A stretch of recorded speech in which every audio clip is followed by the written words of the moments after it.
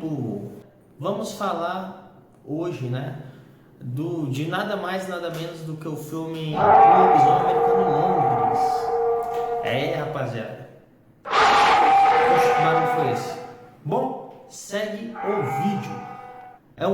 Lobisomem Americano em Londres é um filme do ano de 1983, dirigido pelo diretor John Landis, estrelado pelo David Naldo e Griff Dunne.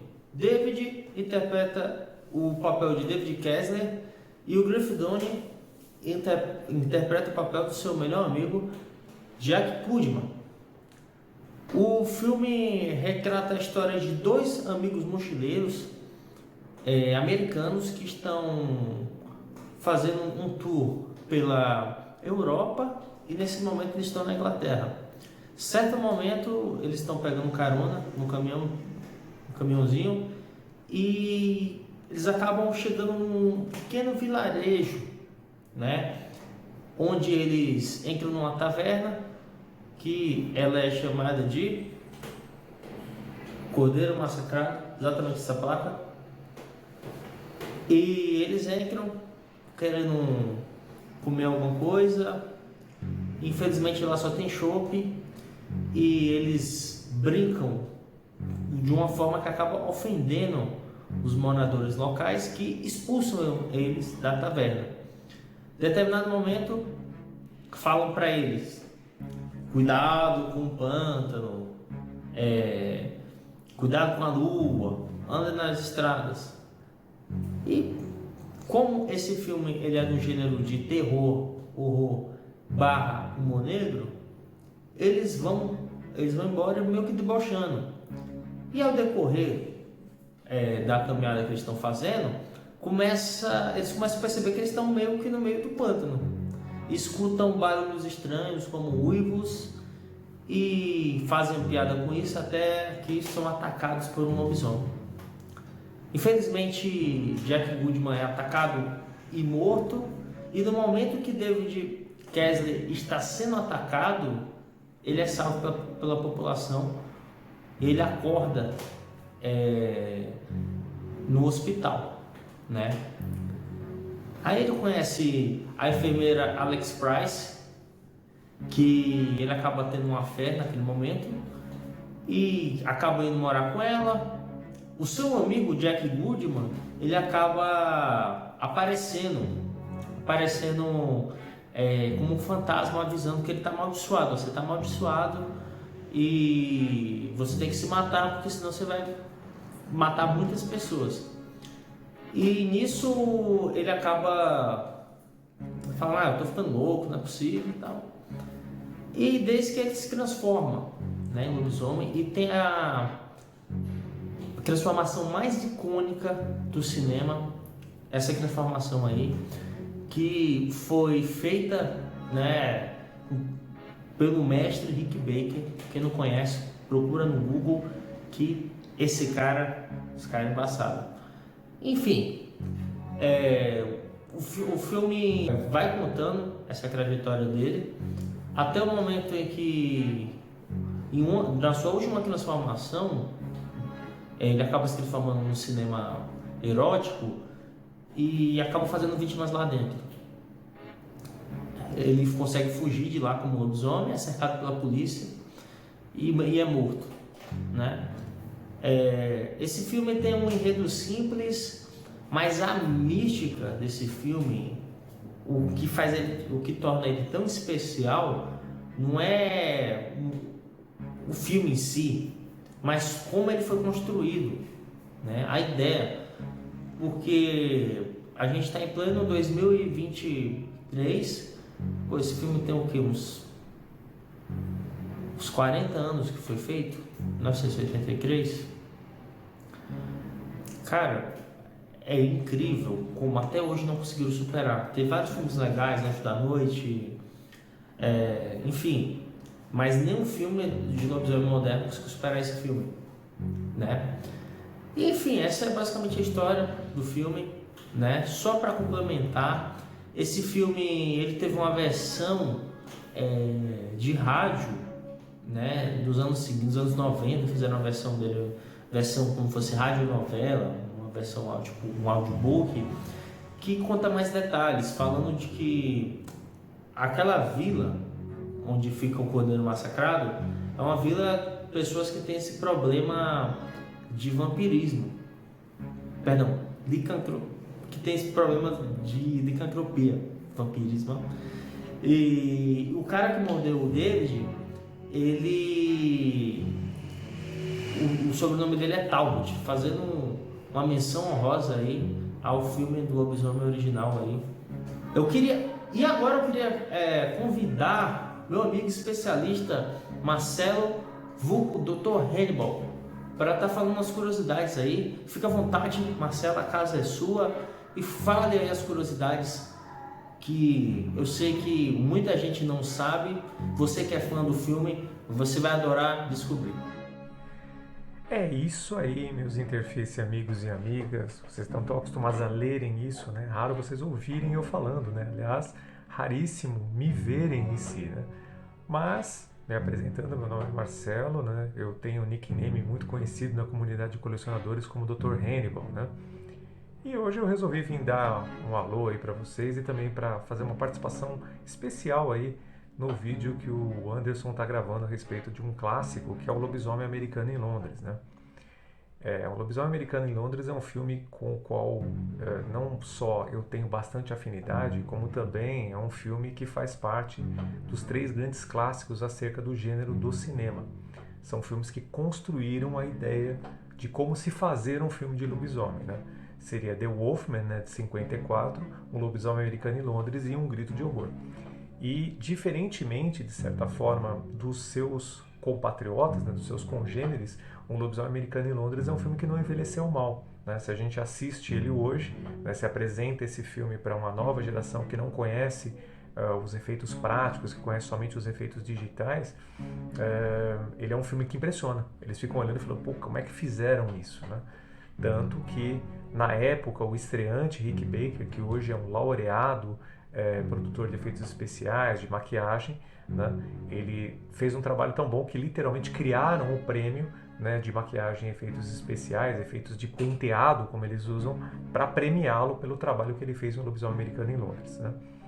E também é muito querido para mim porque, como alguns de vocês sabem, eu e o Léo Costumes, né, nós produzimos o segundo protótipo do Hound from Hell, né, do Lobo do Inferno, né, como foi batizado pelo próprio criador, o Rick Baker. Eu e o Léo produzimos o segundo protótipo existente action figure, né? Existiu o da Sota e nós lançamos o segundo, né? E hoje a NECA já tem o oficial, né, o que é distribuído para todo mundo, né? Então, bora falar um pouquinho sobre esse filme, sobre algumas curiosidades, né? O Anderson vai colocar em algum canto aqui, né, as minhas redes sociais, e aí, se vocês quiserem, dá uma chegadinha lá para conhecer o meu trabalho, não apenas como escritor, como também como customizador e colecionador. Então, bora lá, né? Acho que uma das primeiras curiosidades que a gente pode dizer, né, é que o John Landis, né, chamou o Rick Baker para fazer o filme, né, para criar os efeitos do filme, e o John Landis criou o roteiro baseado numa coisa que ele viu, né, baseado numa experiência particular dele, que foi quando ele estava em 63, na Iugoslávia. Ele estava filmando um clássico dos anos 70, que é Os Guerreiros Pilantras, né, tava ele, o Telly Savalas, o elenco inteiro, e eles foram filmar numa localidade em que era como se fosse uma encruzilhada. Na verdade, lembra muito aquela estradinha do começo do filme O Lobisomem Americano em Londres, que é uma estrada que você só consegue ir para um lado e voltar para o outro, ela não é grande, né? E eles estavam lá com um intérprete, que era um homem que ele descreveu como sendo muito desagradável, chamado Sasha, mas ele falava muito bem o inglês. E eles estavam indo filmar, e aí, uma certa hora, o carro parou, né? Bom, o que está acontecendo? E era um enterro, né? Um enterro cigano.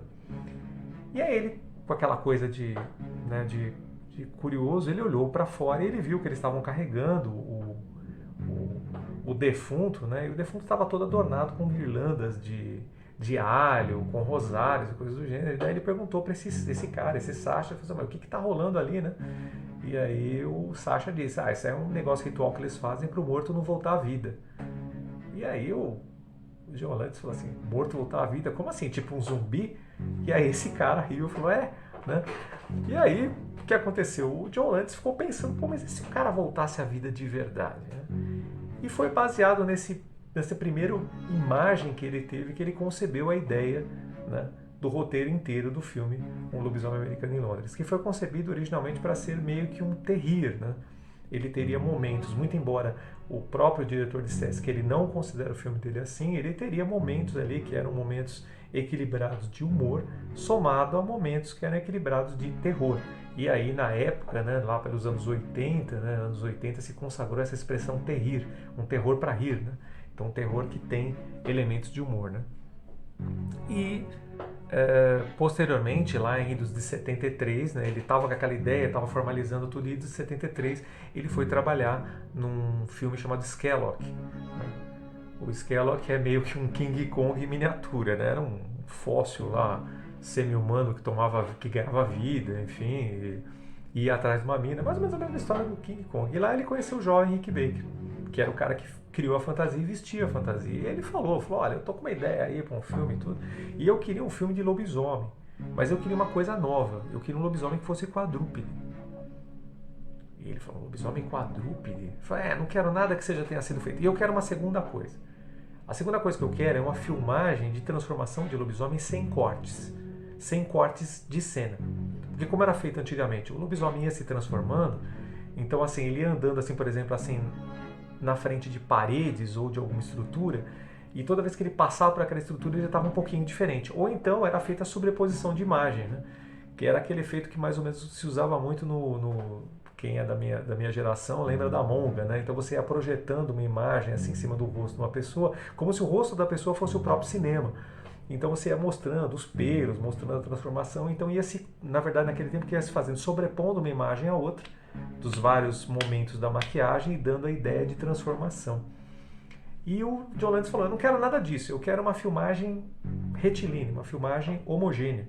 Então nessa filmagem homogênea as pessoas vão olhar e vão ver ele se transformando. Então eu queria uma coisa totalmente nova. Então vai pensando aí que um dia eu vou te chamar para a gente fazer parte desse projeto, assim que eu conseguir a grana. E o Rick Baker meio, putz, como é que eu faria isso? Né? E aí, pensando daqui e dali, ele lembrou daquela brincadeira que a gente brincava muito na minha infância, que é o carrinho de mão. Então tem um camarada segura os pés e o cara anda só com as mãos. E ele falou, já sei, eu vou criar uma espécie de um relé, eu coloco o cara na ponta, crio a fantasia e o cara vai andando ali, né? Como no carrinho de mão, ele vai andando e assim a gente vai criar o lobisomem. Esse é um dos fenômenos que a gente vê muito no Grito de Horror, e é um fenômeno interessante num Lobisomem Americano em Londres, e é um fenômeno muito interessante por uma razão óbvia, né? Quando você vê o lobisomem, você sempre vê ele, digamos, daquilo que seria a cintura para frente. E você vê no máximo as perninhas dele, a sombra das perninhas dele andando. Tempo mais tarde, né? O John Landis ligou para ele e falou, cara, vem trabalhar comigo, nós vamos criar aquele lobisomem. Né? A parte curiosa da história é que naquele tempo o Rick Baker estava trabalhando no outro clássico, que é o Grito de Horror, ele estava produzindo os efeitos, ele largou o projeto e foi trabalhar com o Landis. E o projeto foi depois finalizado, né? Mas os lobisomens dele, de certa forma, vamos dizer assim, ele criou os lobisomens dos dois grandes clássicos. E segue o baile, né? E quando ele chegou para criar o efeito, né, criar os efeitos especiais, o que ele falou? Ele falou, olha, você tem que contratar o mais rápido possível os atores que vão fazer os papéis, né, principais, para que a gente possa começar a fazer os moldes, né, para que a gente possa criar os efeitos especiais. E por isso, para isso foram contratados o David Naughton e o Griffin Dunne, né, que fizeram os dois papéis, que é o Kessler e o Jack Goodman, que são os personagens mais maquiados ali da história. E foi aí que ele criou, ele esculpiu lá o lobo, né? E ele contou depois, né, perguntaram qual foi a inspiração dele para criar aquele lobo. Né? A inspiração dele, por incrível que possa parecer, foi um cachorro que ele tinha. Ele falou que ele tinha um cachorro que era muito peludo, né? Ele falou, eu vou criar uma coisa parecida com aquele cachorro. Então ele fez o quê? Ele esculpiu uma cara de mal no cachorro, né? Uma cara bem monstruosa, né? E falou, tá aqui, né? Vai ser isso aqui. E foi o que deu certo. Né? Então foi, à época, o que eles fizeram? Eles foram filmando semanalmente a transformação em vários takes e depois tudo foi editado de forma que a mudança de câmera fosse a mudança da fase que estava sendo produzido o efeito. Então, quando você assiste o filme da primeira vez, você percebe o seguinte, o momento em que o Kessler, a mão dele começa a se esticar, naquele momento em que ela começa a se esticar, ali era um take com um efeito. Na cena seguinte aparece ele já com a mão grande caindo, já era outra fase da transformação. Só que isso foi tão bem editado, tão bem criado, que dá a impressão para quem assiste, né, que aquilo é feito num take só, diferentemente de tudo aquilo que tinha sido feito até então. Então é um efeito muito novo e extremamente revolucionário para a época. Né? Tanto que, como eu falei, foi um filme que ele envelheceu muito bem. Quando você assiste hoje em dia, você ainda vê. E sobre a maquiagem do Griffin Dunne, né, ela foi sendo produzida, né? Ambos os atores tiveram que passar horas tirando moldes de gesso dos próprios rostos, do corpo, etc. E mais horas, né? O tempo inteiro sendo instaladas aquelas próteses, né? E mais horas para tirar, então era muito cansativo. É por isso que o pessoal fala que hoje em dia a criação do efeito digital é mais prática, porque às vezes o ator só grava as cenas dele e simplesmente tem um nerd do computador que cria tudo. Naquele tempo você imagina que era uma equipe inteira criando. Então era um filme, vocês veem que era um filme muito elaborado. Essa era uma das razões pelas quais, inclusive, ele se preserva tão bem, né? Ele ficou tão bem com o tempo. Né? E assim, produziu-se o filme. E um outro elemento curioso que a gente pode contar, que é divertido, é o seguinte: na famosa cena de transformação no apartamento da enfermeira, né? Aquilo que acontece. Eles filmaram de fato no apartamento, mas aquilo ali era o quê? Era um cenário, né? Então eles reproduziram o apartamento nesse cenário. E ao reproduzir o apartamento nesse cenário, eles criaram um fundo falso, um chão falso, onde o David Naughton entrava, ele ficava só ali com os braços de fora e o torso de fora. E aí o que eles faziam? Instalavam a prótese. Né? E ele contou uma vez que os caras de sacanagem fizeram o quê? Eles maquiaram ele inteiro, levou muito tempo, e aí ele ficou ali meio, e eles falaram assim: bom, agora a gente vai sair, vai comer alguma coisa ali, você aguenta aí que a gente já volta pra filmar. Então imagina que ele ficou lá o tempo inteiro ali parado, ele não podia sair da maquiagem, não tinha nem jeito, né, dele sair da maquiagem. E eles faziam isso muito já de sacanagem com ele, né? Eles tiravam muito sarro dele, do colega dele, né, tudo. Faziam muitas piadas, muitas brincadeiras, mas para manter o ritmo do filme divertido na sua produção.